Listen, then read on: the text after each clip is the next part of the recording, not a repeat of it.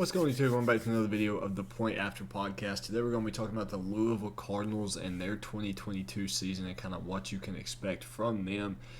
Scott Satterfield is definitely on the hot seat. A lot of people did not think that he would even return this year after winning the Coach of the Year award in 2019. He's had a rough stretch. He hasn't beat Kentucky. Louisville has never won at Clemson. It just hasn't been pretty in terms of success at Louisville for Satterfield. However, it kind of depends on what you would define success as to how 2022 will pan out. Their over-under is set to 6.5 wins. I'm going to take the over on that. I'm going to get to that a little bit later in the video. But they had the number 51 recruiting class this past year. I think they signed 16 recruits.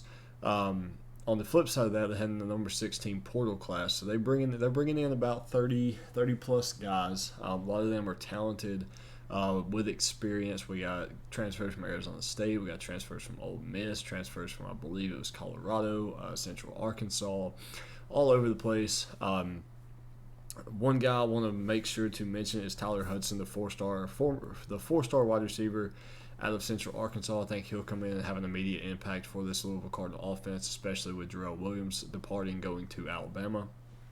The biggest thing, though, is Malik Cunningham is going to have to stay healthy. He battled some injuries all last season. When he's on the field, he's dangerous. We're starting up a fantasy football for collegiate. He's one of my top guys I have on my list, a quarterback behind Stroud and Bryce Young. For obvious reasons. Like Malik Cunningham, he can do it all with his feet, and Scott Satterfield has talked all year about him wanting to do more in the pass game. So if Malik Cunningham can stay healthy, I mean, they're returning 89% of their offense or 89% of their offense, which is good for 6th best in the nation, where they're ranked, don't want to mess this up, 15th total in returning production. Jalen Mitchell will take the reins as the starting running back. He'll probably swap some time out with Tennessee transfer Tyon Evans, who played a little bit at Tennessee. Marshawn Ford, the leading receiver for the Cardinals last year, plays a tight end H-back. He's back, 49 receptions, 550 yards. I don't expect him to be his leading receiver this year in necessarily yardage, but maybe in catches. Satterfield said they don't want to deconduct their way down the field as they have in the past. They want to open the game up a little bit. He wants Malik Cunningham to stay in the pocket and let pass plays develop a little bit more. So we'll see how the offensive changes going into 2022. Defensively, though, not a lot to touch on. Jermaine Lowell, the defensive lineman, 4-star out of Arizona State, he's coming in committed after spring practice. He should have an immediate impact and boost that defensive line just a little bit. Now, the core of the defense is the linebacker. That's where most of their experience comes from.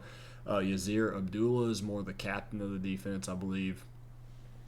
He will be in that lead role and kind of, make sure the dogs are ready to go when, the lights come on Saturday. Momo Sanogo, linebacker transfer out of Ole Miss.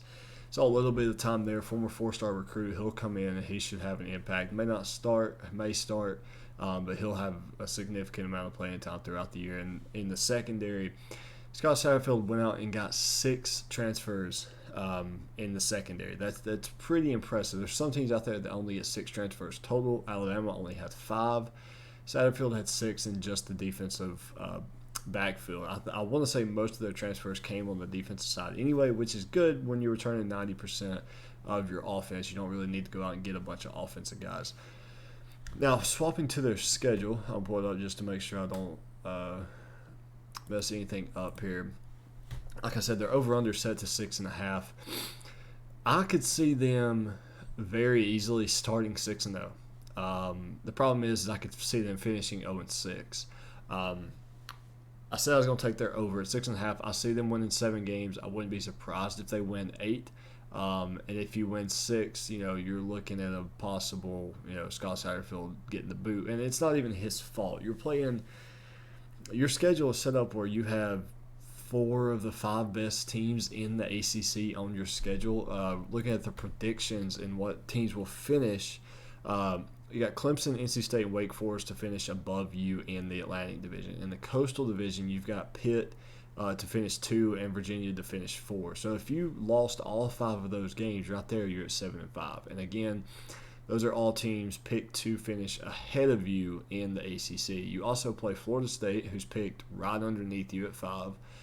Boston College, who you're picked well ahead of, and then Syracuse, obviously, basically last in the ACC, neck and neck with Duke. So you look at their schedule now. You open with Syracuse.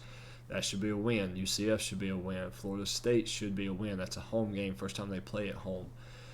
South Florida, again, should be a win. Louisville then travels to Boston College. That's where things get a little bit interesting, but I think by that point, week 5 in the season, you've got a little bit of momentum. You should be 4-0. I'm taking the Cardinals. That's 5 wins. I need 2 more. You got Virginia, Pitt, and Wake the next 3 weeks. Just still one of those, and there's 6. Then you play James Madison. There's 7. You've hit the over right there. Now, finishing the schedule, you go to Clemson, where Louisville has never won. Then you play NC State, who I think – those 2 teams are probably going to be playing on December 3rd, whatever it is, an ACC championship game, a little rematch of what goes down in Clemson, South Carolina on October 1st. And then you finish the year with Kentucky, who I think has beaten Scott Satterfield ever since he's been there. I know they've won the last 2 years, and I can't remember who won in 2019. So I'm taking Louisville Cardinals at 7-5. I don't think it's going to be easy by any means. You need to beat who you should beat, and then you need to steal 1 or 2. Maybe that Pitt game, that Virginia game. You really have to beat the UCF in South Florida, and then maybe steal that Wake game or something along those lines. I don't think you beat Clemson. I don't think you beat NC State. You might beat Kentucky. But a lot of this is just going to come down to Malik Cunningham and can he stay healthy. But anyway, thank you guys for tuning into the video. If you enjoyed it, please be sure to hit that subscribe button. Let me know what you guys think. Are you taking over? Are you taking under?